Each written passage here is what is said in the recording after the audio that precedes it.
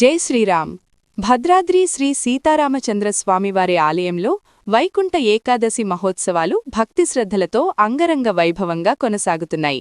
ఆలయ పరిసరాలు వైకుంఠమయ వాతావరణంలో మునిగిపోయాయి.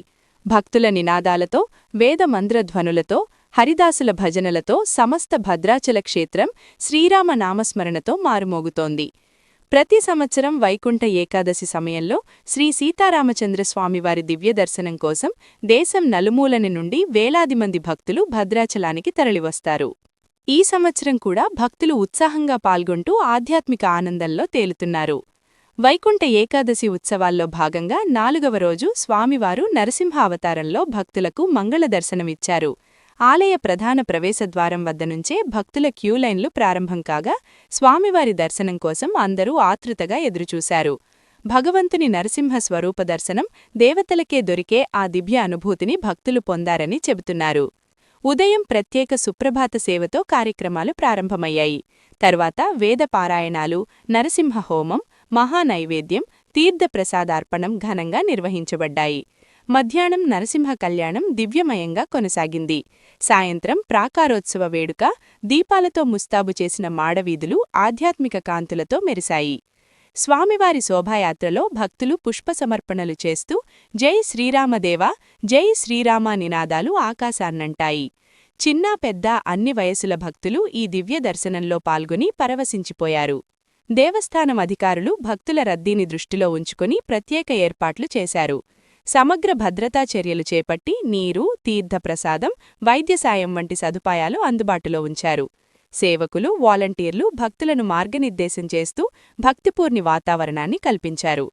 ఇక నరసింహ అవతారం విశిష్టత గురించి వేద పండితులు వివరించారు.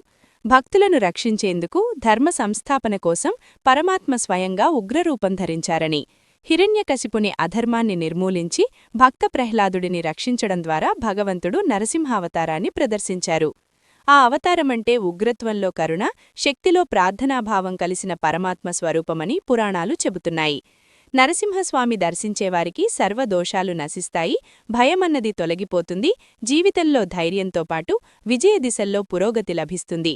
భక్తిపూర్వకంగా ఆరాధిస్తే శత్రువులు దూరమవుతారని, కుటుంబ సుభిక్షం పెరుగుతుంది అని నమ్మకం ఉందని ఆధ్యాత్మిక గురువులు బోధించారు. భద్రాచల క్షేత్రంలో ఆ దివ్య దర్శనం పొందిన భక్తులు భావోద్వేగానికి గురయ్యారు. ఒకరొకరు సాక్షాత్ నరసింహస్వామినే చూశామన్న సంతోషం మాటల్లో చెప్పలేమని చెబుతున్నారు. ఇవి భద్రాచల సీతారామచంద్ర స్వామివారి ఆలయం ప్రాంగణంలో జరుగుతున్న వైకుంఠ ఏకాదశి అధ్యయనోత్సవాల్లో భాగంగా 4వ రోజు నరసింహస్వామివారి అవతారంలో స్వామివారి మంగళ దర్శనానికి సంబంధించిన వివరాలు. భద్రాచల సీతారామచంద్ర స్వామివారి ఆలయం నుంచి అధ్యయనోత్సవాలు సంబంధించిన అప్డేట్స్ కొనసాగుతాయి.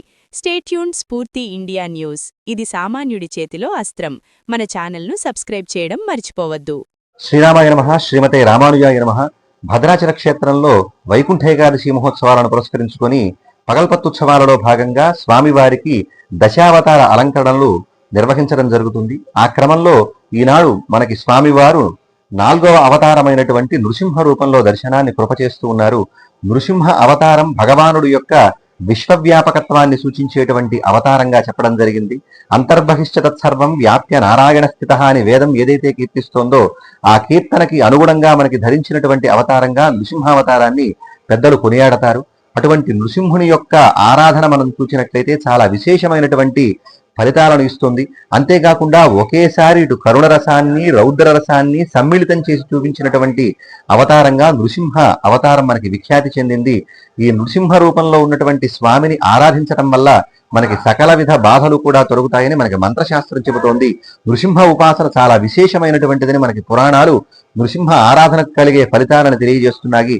కుజగ్రహ సంబంధమైనటువంటి బాధలు ఉన్నవారు ఎవరైనా సరే ఈ నృసింహ ఆరాధన చేసినట్లయితే వాటి నుంచి విముక్తిని పొందవచ్చు అని మనకి జ్యోతిష్శాస్త్రం కూడా నృసింహ ఉపాసన గురించి చెబుతోంది. ఇలా మంత్రశాస్త్రము, పురాణము, వివిధమైనటువంటి గ్రంథాలలో నృసింహ ఆరాధన చాలా ప్రత్యేకంగా, విశేషంగా చెప్పడం జరిగింది.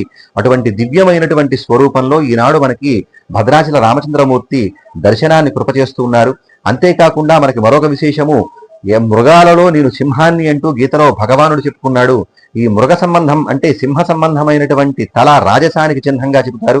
మన దేశ ముద్ర కూడా, రాజముద్ర కూడా సింహ సంబంధమైనటువంటి ముద్రే మనం గమనించవచ్చు. అంతేకాకుండా మన ఇంటి ద్వారాన్ని, ప్రధాన ద్వారాన్ని సింహద్వారము అంటారు. పండితులకు చేసేటువంటి సత్కారాలలో సింహ తలాటము అని చెప్పేసి ధరింపజేస్తారు. అలాగే రాజులు కూర్చునేటువంటి సింహాసనాన్ని రాజసింహాసనం అని చెప్పేసి అంటారు. అలాగా సింహపు తల ఎంతో రాజసం కలిగిందిగా, ఎంతో విలువైనదిగా చెప్పడం జరిగింది. అలా సింహపు తలతో ఉత్తమమైనటువంటి ఉత్తమాంగం అంటారు శిరస్సుని. అలా ఉత్తమమైనటువంటి సింహపు తలతో సగభాగం మానవ శరీరంలో దర్శనాన్ని ఇచ్చేటువంటి, అంటే ఇలా నరమృగ సమ్మిళితమైనటువంటి రూపంలో మనకి భద్రాచల రామచంద్రమూర్తి ఈనాడు దర్శనాన్ని కృపచేస్తున్నారు. అటువంటి దివ్యమైనటువంటి దర్శనాన్ని చేసుకుని భక్తులు గొప్పనైనటువంటి ఫలితాలను పొందవలసిందిగా కోరుతూ జై శ్రీరామ్.